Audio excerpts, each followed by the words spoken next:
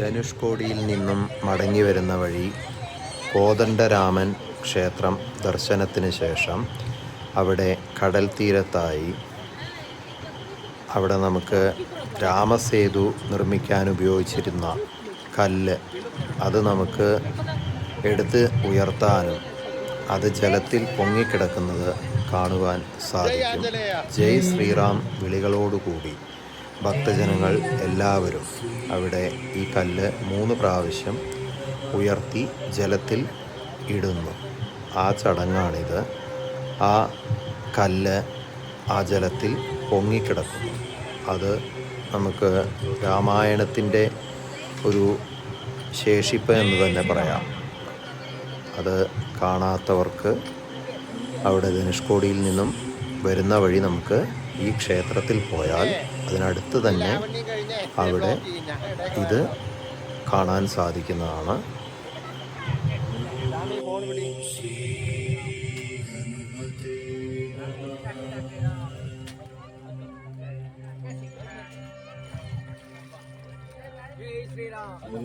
കഴിഞ്ഞ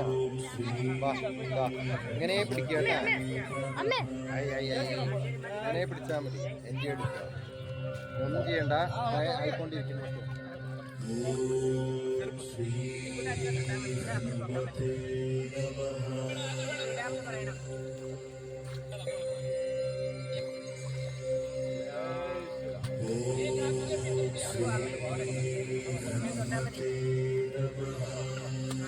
ശ്രീരാം പറയൂ.